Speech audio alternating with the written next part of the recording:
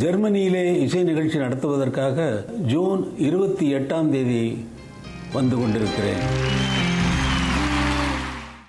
Sun travels வடமாகாணத்தில் சட்டபூர்வமான அனுமதியுடன் இயங்குகின்ற visa consultants and ticket agent. உங்கள் பெறுமதியான கடவுச்சீட்டுகள், ஆவணங்கள் போன்றவற்றுக்கு பாதுகாப்பான அனுமதி பெற்ற நிறுவனம் சன் டிராவல்ஸ்.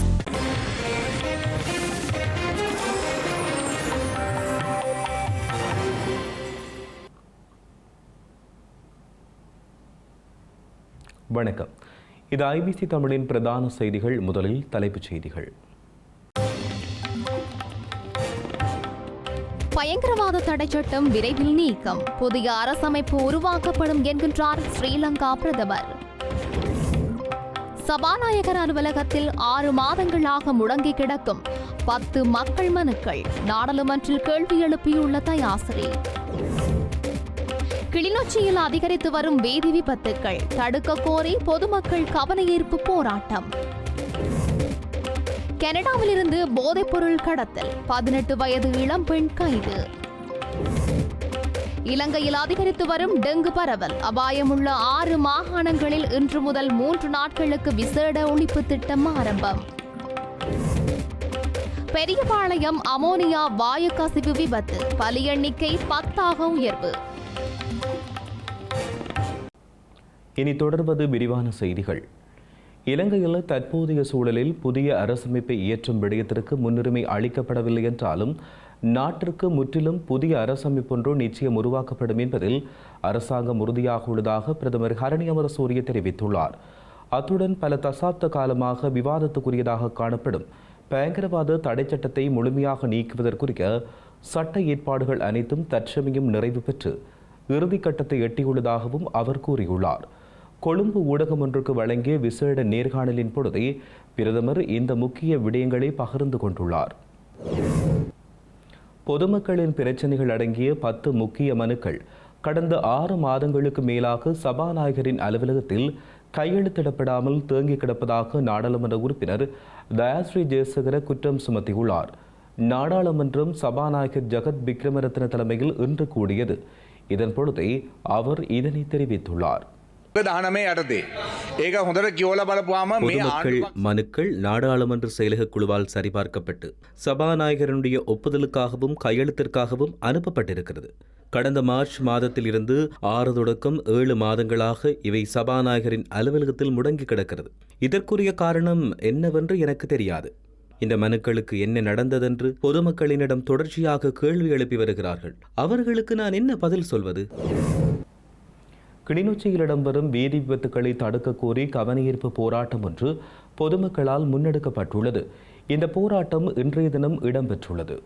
கிளிநொச்சி காவல்துறை நிலையத்திற்கு முன்பாக அமைந்துள்ள மஞ்சள் கோட்டு பாதசாரி கடவையில் கடந்த திங்கட்கிழமை மாலை வீதியை கடக்க முயன்ற ஓய்வு பெற்ற பாடசாலை அதிபரான பெருமாள் கணேசன் என்பவர் மீது அதிவேகமாக வந்த உந்துருளி ஒன்று மோதியது. அதில் படுகாயமுற்றவர் சிகிச்சை பலனின்றி உயிரிழந்தார். இந்த தொடர் விபத்துகள் மற்றும் உயிரிழப்புகளை தொடர்ந்து கிளிநொச்சி நகர் பகுதியில் அதிகரித்து வரும் வீதி விபத்துகளை தடுக்க கோரி பொதுமக்கள் மற்றும் சமூக ஆர்வலர்களால் இன்று கவனஈர்ப்பு போராட்டம் ஒன்று முன்னெடுக்கப்பட்டுள்ளது. வீதி விபத்தில் உயிரிழந்த அதிபரின் புகைப்படத்துடன் காவல்துறையின் வீதி விபத்தை கட்டுப்படுத்த கோரி இந்த போராட்டம் முன்னெடுக்கப்பட்டது. அத்துடன் போராட்டத்தில் இறங்கியவர்கள் வீதி விபத்துகளுக்கு எதிரான கோஷங்களை எழுப்பியவாறு ஊர்வலம் சென்றுள்ளதாக தெரிவிக்கப்பட்டுள்ளது. ஸ்ரீலங்கா சபாநாயகர் நாடாளுமன்ற சம்பிரதாயங்களை மதிக்காமல் நிலையற் கட்டளைகளை மீறி செயற்பட்டதாலேயே அதற்கு எதிராக செயற்படுவதற்கு எதிர்க்கட்சிக்கு ஏற்பட்டதாக ஐக்கிய மக்கள் சக்தியின் நாடாளுமன்ற உறுப்பினர் முஜிபுர் ரஹ்மான் தெரிவித்துள்ளார். நீதிமன்ற சுயாதீனத்தில் யாராவது தலையீடு செய்ய முயற்சித்தால் அது இந்த நாட்டின் ஜனநாயகத்தின் இறுதி பயணமாக அமையும் என்றும் அவர் குறிப்பிட்டார். ஸ்ரீலங்கா நாடாளுமன்றத்தில் இடம்பெற்ற பெறுமதி சேர் வரி திருத்த சட்டமூலம் மீதான விவாதத்தில் கலந்து கொண்டு உரையாற்றும் போதே அவர் இவ்வாறு தெரிவித்தார். நாட்டின் நீதித்துறையில் ஏற்பட்டிருக்கும் நெருக்கடி தொடர்பில் அவசர விவாதம் ஒன்றை நாங்கள் நிலையற்கட்டளை 19(1) கீழ் கேட்டிருந்தோம். அதனை வழங்குவதற்கு சபாநாயகருக்கு பூரண அதிகாரம் இருக்கிறது. ஆனால் சபாநாயகர் அதற்கான சந்தர்ப்பத்தை வழங்காமல் வாக்கெடுப்புக்கு செல்ல தீர்மானித்தார். 19(1) வாக்கெடுப்புக்கு செல்ல நிலையற்கட்டளையில் எந்த அதிகாரமும் இல்லை. அதனால் சபாநாயகர் நிலையற்கட்டளைக்கு எதிராக செயற்பட்டதாலேயே எங்களுக்கு அதற்கு எதிர்ப்பு தெரிவிக்க வேண்டிய நிலை ஏற்பட்டது. அதே சமயம் இன்று நீதிமன்ற சுயாதீனம் தொடர்பில் நீதிமன்றங்களில் கேள்வி எழுந்துள்ளது. உயர் நீதிமன்றம் மற்றும் மேன்முறையீட்டு நீதிமன்றங்களில் வெற்றிடங்கள் காணப்படுகின்றன. இந்த நீதிமன்றங்களில் வெற்றிடம் ஏற்படும் போது பொதுவாக ஜனாதிபதி அந்த வெற்றிடங்களுக்கு உடனடியாக நியமிப்பார். ஆனால் பல மாதங்கள் கடந்தும் இந்த நீதிமன்றங்களில் இடம்பெற்று வருகின்ற வெற்றிடங்கள் நிரப்பப்படாமல் இருக்கிறது. இவ்வாறு வெற்றிடங்கள் நிரப்பப்படாமல் இருப்பதன் மூலம் அந்த துறையில் இருப்பவர்கள் மத்தியில் சந்தேகம் ஏற்பட்டிருக்கிறது. அதாவது ஜனாதிபதி இந்த வெற்றிடங்களை காண்பித்துக் கொண்டு நீதிமன்ற நடவடிக்கைகளை தனக்கு தேவையான முறையில் மேற்கொள்ள முயற்சிக்கிறாரா என்கின்ற சந்தேகமும் எழுகிறது.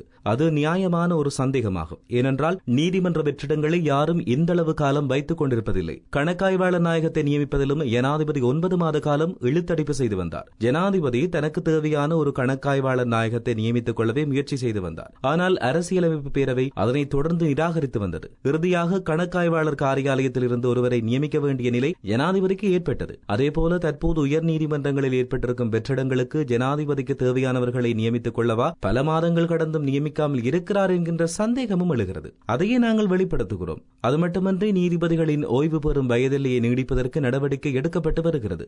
நீதித்துறைக்கு மாத்திரம் ஏன் வயதெல்லையை நீடிக்க நடவடிக்கை எடுக்க வேண்டும்? இலங்கையில் டெங்கு நோய் பரவும் அபாயம் அதிகமாக காணப்படும் 6 மாகாணங்களில் இன்று முதல் வரும் 26ஆம் தேதி வரை 3 நாட்களுக்கு விசேட டெங்கு ஒழிப்பு திட்டம் ஒன்று ஆரம்பிக்கப்பட்டுள்ளது.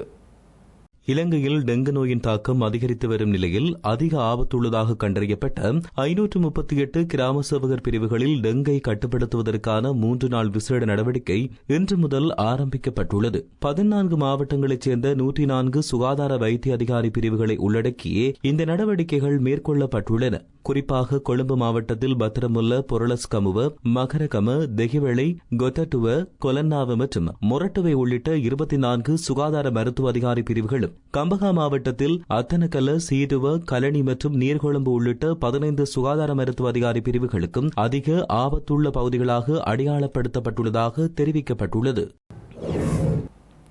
கனடாவிலிருந்து 352 மில்லியன் ரூபாவுக்கும் அதிக பெறுமதியுடைய போதைப்பொருள் கடத்திய 18 வயதுடைய யுவதியொருவர் கைது செய்யப்பட்டுள்ளார். டொரண்டோவிலிருந்து துபாய் வழியாக எமிரேட்ஸ் விமானத்தில் இரவு 18 வயதுடைய கனடா நாட்டு யுவதியொருவர் கட்டுநாயக்க விமான நிலையத்தை சென்றடைந்துள்ளார். போதைப்பொருள் கட்டுப்பாட்டு பிரிவு அதிகாரிகள் அவரிடமிருந்து 2 பயணப்பைகளை சோதனையிட்டனர். அதன்பொழுது அவற்றுக்குள் 35.265 கிலோகிராம் ஹஷீஷ் ரக போதைப்பொருள் மறைத்து வைக்கப்பட்ட நிலையில் மீட்கப்பட்டுள்ளது. குறித்த போதைப்பொருளின் பெறுமதி 352.65 மில்லியன் ரூபாய் என்று மதிப்பிடப்பட்டுள்ளது. போதைப்பொருள் கட்டுப்பாட்டு பிரிவினர் முதற்கட்ட விசாரணைகளை நடத்தி வரும் நிலையில் சந்தேக நபரும் கைப்பற்றப்பட்ட போதைப்பொருளும் மேலதிக சட்ட நடவடிக்கைகளுக்காக காவல்துறை போதைப்பொருள் தடுப்பு பிரிவிடம் ஒப்படைக்கப்பட்டுள்ளதாக தெரிவிக்கப்படுகிறது. இலங்கையில் பாரம்பரிய கரைவலை மீன்பிடி முறைமைக்கு தடை விதிக்கப்படவில்லை என ராமலிங்கம் சந்திரசேகர் தெரிவித்துள்ளார். எனினும் இதிலுள்ள பிரச்சினைகளை தீர்ப்பதற்கு 1 வருட கால அவகாசம் கோரப்பட்டுள்ளதாக தெரிவித்துள்ள அவர் கடத்தொழிலாளர்களை கைவிடப் போவதில்லை என்றும் நாடாளுமன்றத்தில் வைத்து தெரிவித்தார். கரைவலை மீன்பிடி என்பது ஒரு பாரம்பரிய முறைமையாகும். அந்த முறைமை இலங்கையில் தடை செய்யப்படவில்லை. அது தொடர்ந்து முன்னெடுக்கப்படும்.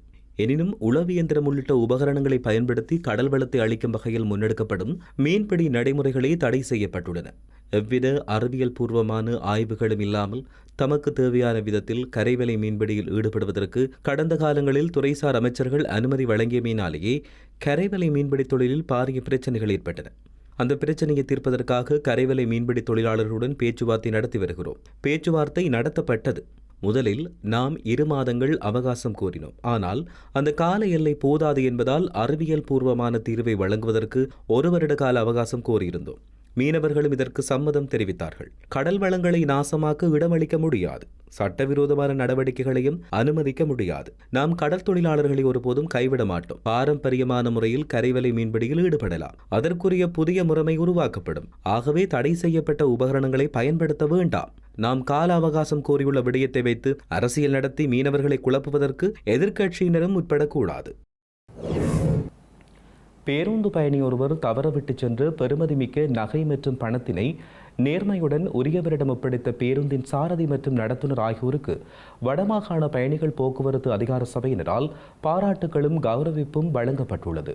கொடிகாமத்தில் இருந்து யாழ்ப்பாணம் நோக்கி சென்ற பேருந்தில் பயணித்த நபரொருவர் தனது பெறுமதியான நகை மற்றும் பணப்பையை தவறுதலாக பேருந்திலேயே விட்டுச் சென்றுள்ளார். இதனை அவதானித்த குறித்த பேருந்தின் சாரதி மற்றும் நடத்துனர் ஆகியோர் அந்த பொருட்களை பாதுகாப்புடன் மீட்டெடுத்து சம்பந்தப்பட்ட நபரை அடையாளம் கண்டு உடனடியாக அவரிடம் ஒப்படைத்துள்ளனர். இவர்களின் இந்த உன்னதமான மனிதாபிமான செயற்பாட்டை கௌரவிக்கும் வகையில் வடமாகாண பயணிகள் போக்குவரத்து அதிகார சபையின் ஏற்பாட்டில் அதன் தலைவர் பொறியியலாளர் விமலேஸ்வரன் தலைமையில் கௌரவிப்பு நிகழ்வு அண்மையில் இடம்பெற்றது.